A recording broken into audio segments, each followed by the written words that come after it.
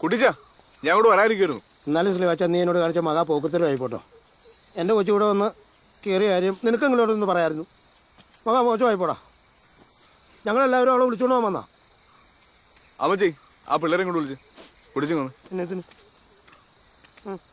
പിള്ളേർക്ക് പറയാനുള്ള എന്നാന്ന് വെച്ചാൽ സമാധാനത്തോടെ നിങ്ങൾ ഇല്ല വരത്തില്ല. ഞാൻ എന്റെ സ്വന്തം ഇഷ്ടപ്രകാരം വന്നതാ. നീ കഴിഞ്ഞ ആഴ്ച എന്റെ തലത്തോട് സത്യം ചെയ്തതല്ലേടി ഇവനുമായിട്ട് ഒരു ബന്ധവും ഇല്ലെന്ന്. അതമ്മ എന്ന് വിഷം അടിക്കുന്നു പറഞ്ഞിട്ടല്ലേ.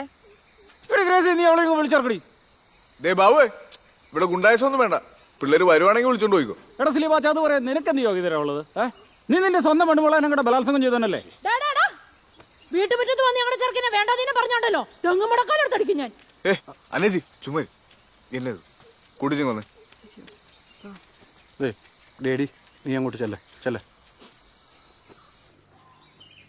നീ കൊണ്ടിരുന്നു.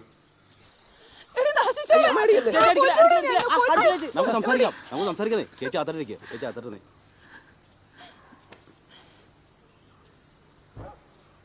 കുട്ടിച്ചു ഇവള് എന്റെ കൂടെ പെങ്ങളല്ലേ.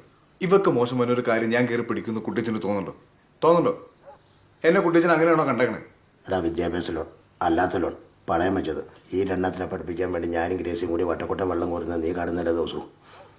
ഇവിടെ നിന്ന് പുറത്തു പോയി എൻ്റെ വീടൊന്ന് കര കയറുമെന്ന് ഓർത്തിരിക്കുമ്പോഴാ ഈ കടുങ്കി. എൻ്റെ മാതാവ് എൻ്റെ കൊച്ചിൻ്റെ ഭാവി പോയല്ലോ. എന്റെ കുട്ടിച്ച ആണും പെണ്ണും തമ്മിൽ മനസ്സിലാക്കി ജീവിക്കുന്ന ഈ ലോകത്തെ ഏറ്റവും വലിയ ഭാവി അത് ഇവര് തമ്മിലുണ്ട്. അതെനിക്ക് അറിയാവുന്നതാ. പിന്നെ ഇവൻ എന്റെ കൂട്ടുകാരനാ. ഇവന് ഞാനാ ഗ്യാരണ്ടി. പോരെ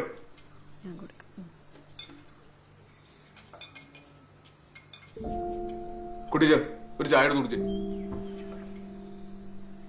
ഒരു ചായ എടുത്ത് കുടിക്കുന്നു.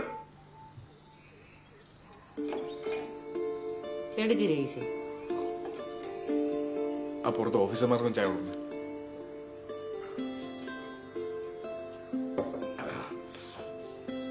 നീ പറഞ്ഞാൽ എനിക്ക് മനസ്സിലായി. ഇവിടെ ഉള്ള ഇഷ്ടമുള്ളവരോട് ചോദിച്ചോട്ടെ, അതൊന്നും ഞാൻ കുഴപ്പമില്ല.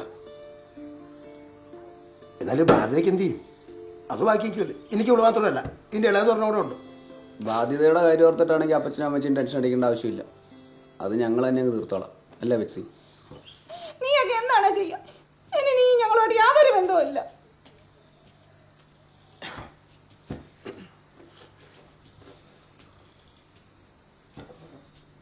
പള്ളിക്കാരുടെ ഇടയിൽ നാട്ടുകാരുടെ അടുത്തും അപ്പച്ചതിന് മമ്മീനെ നാട്ടിച്ചപ്പോൾ നമുക്ക് മതിയായില്ലേ. എൻ്റെ മക്കള് സുഖമായിട്ട് ജീവിച്ചു.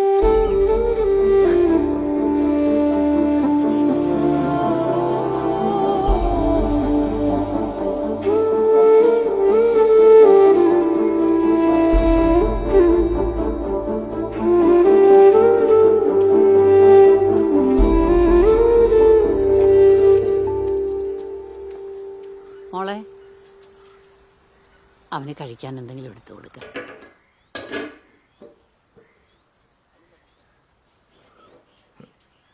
കഴിച്ചായിരുന്നോ? ഇല്ല കഴിച്ചോളൂ. ഞാൻ കുറെ ആലോചിച്ചു. താൻ പറഞ്ഞത് ശരിയാ. നമ്മൾ വെറുതെ ജീവിതം വെച്ച് റിസ്ക് എടുക്കണം. എല്ലാവർക്കും അവരുടെ സ്വാതന്ത്ര്യങ്ങളുണ്ടല്ലോ. എപ്പോഴാന്ന് പറഞ്ഞാൽ മതി, ഞാൻ കൊണ്ടാക്കിയേക്കാം.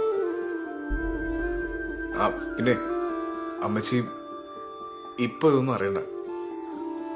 ശരി.